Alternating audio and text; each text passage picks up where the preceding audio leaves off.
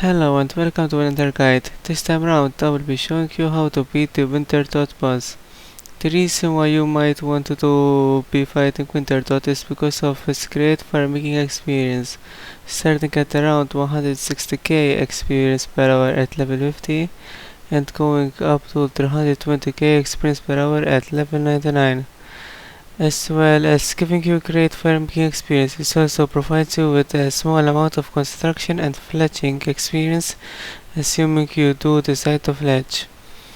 Wintertodt provides you also with raw resources with amount to a decent amount of money over time. And the level of resources you receive scale according to the level of your skills, and the skills affected are woodcutting for logs, crafting for gems, mining for ores, herblore for herbs, farming for seeds, and fishing for fish. While fighting Wintertodt, you should be aware that it is not a safe death, meaning that if you die, you will lose your stuff and you will have to do the walk of shame to get back your items. It is extremely important that you are on a Wintertodt world, as otherwise it would be incredibly harder unless you know how to solo it, which can be done, but I will not be covering in my guide. To be able to fight the Wintertodt, you need to at least have level 50 fire making, and to get here quickly you can just use the game's necklace, and then you teleport to Wintertodt camp, which will bring you just right here, and the Wintertodt is just behind that door. Wintertodt has 3 attacks which you can use. 2 of them are easily preventable if you walk a couple of tiles. His first attack is the most annoying one of the 3. You will randomly feel cold, which will make you take around 10 to 15% of your hit points level as damage. The reason why this attack is so annoying is because it interrupts your fletching or your burning of logs. The second attack is that the brazier will have a snowstorm on it, and all you have to do to dodge this is just to simply walk 1 tile away. The last attack is that snowflakes will form above a random player, and the people within a 3x3 area of him will also get damaged. The snowflakes are easily identifiable and they give you plenty of time to move out of the way. You can also prevent this attack by standing in a 1x1 area. I will be showing you 2 spots where you can spot them. To play the Wintertodt minigame, it is highly recommended that you have at least 4 pieces of warm clothing, as it would provide you with the maximum damage reduction. In the description below there is a link of all of the warm clothing. Now I will be suggesting you 4 items you should use if you do not have any warm clothing and you just want to be able to play Wintertodt as soon as possible. These 4 items are Fremleg gloves, fire staff, fire tiara, and a glue hunter cloak. If you do not have the glue hunter cloak, do not worry, as I will show you how to get it quickly. Just make sure you have a spade in your inventory. What you need to do is that first you need to teleport to Nightmare Zone, and then that will bring us north of an hill. And after that I'll just show you where to go once the teleport is finished.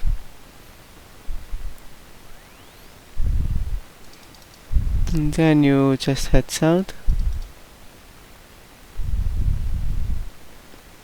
and you keep on heading south until you are past the southern wall, and just on the flowers right next to this tree you dig out with your spade, and just like that you've got your 4 pieces of warm clothing.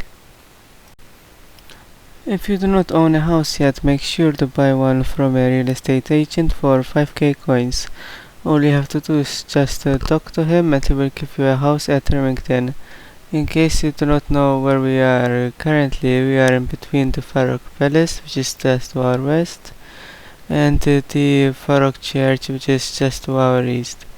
It is important that you have a house, as otherwise you would be missing on some free construction experience during Wintertodt.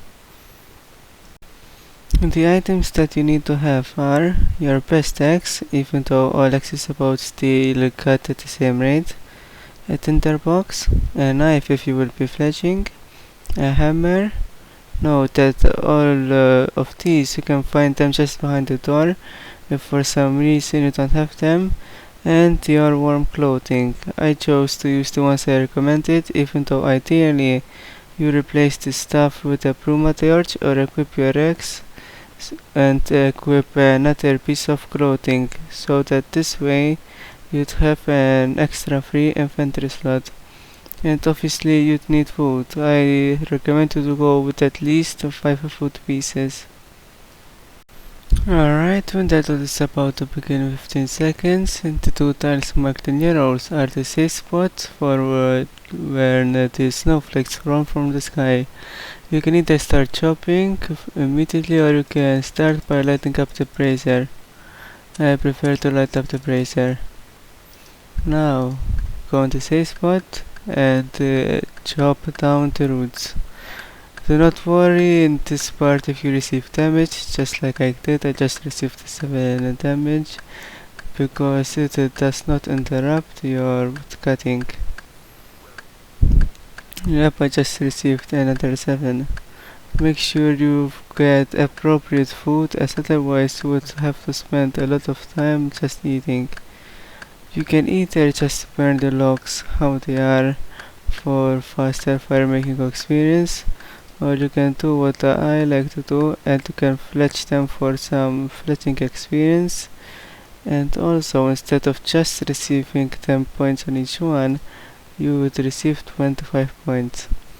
As you could see, I got hit for a 7 again, and since this time round I was fletching, it interrupted my fletching, and there you can see it again.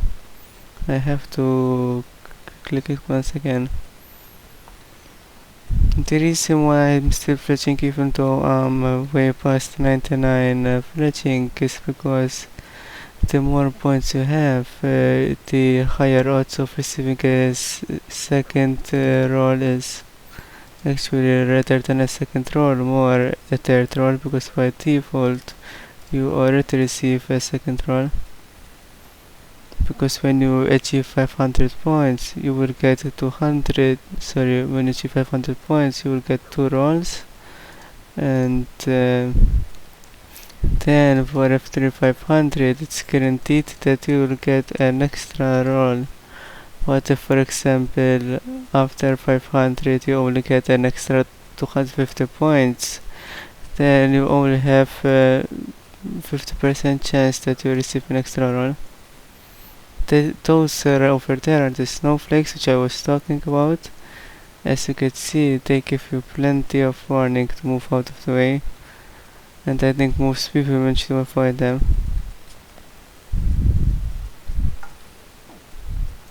I'm just going to eat it just to be safe.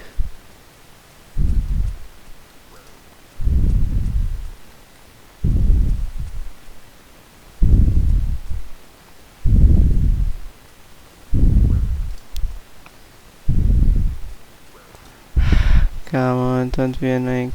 Alright, and now I can just get back at the chopping Bruma roots. Usually, oh no, never mind, I thought it's the other attack. Usually I only fletch one infantry, and then all of the infantries after that I just feed straight onto fire. Come on, let's see if somebody gets hit. Yep, 3 people got hit, and as you can see, one of them received 36 health damage. But that's only because he probably has 99 hit points.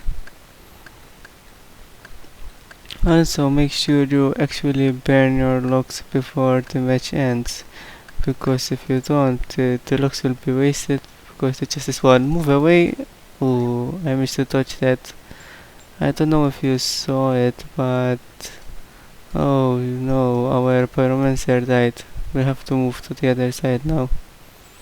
But I don't know if you saw that attack right before this got destroyed, but there was snow on top of the brazier, and therefore I just moved one tile away, and I managed to dodge all of the damage. If I didn't dodge all of those attacks, then I would have definitely be out of wood by now, because all I have left is just one monkfish. and that deals around 25 damage to me.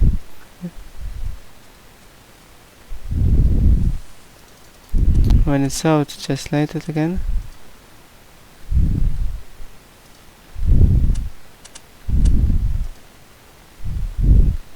It's going to turn off again. I don't know if you can see the particle effects, but it shows you that it's about to turn off.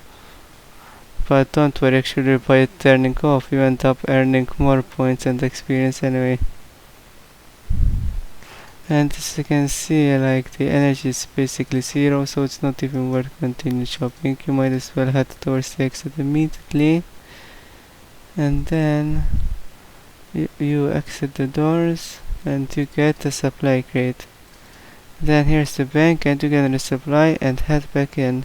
Let's see what I got. Not bad. I think it's only like 15k loot. Let's see. Oh, it's like 20k, but it's still pretty bad. Thank you all for watching. I hope you enjoyed this guide. If you did not enjoy this video, consider posting a comment to help me improve my content. And if there was something I might not have been clear about, feel free to ask in the comment section below and I'll get back to you as soon as I can. If you enjoyed watching and would like to see more guides similar to this one, consider subscribing to be notified of my next upload. Thank you once again and I hope I see you in my next video.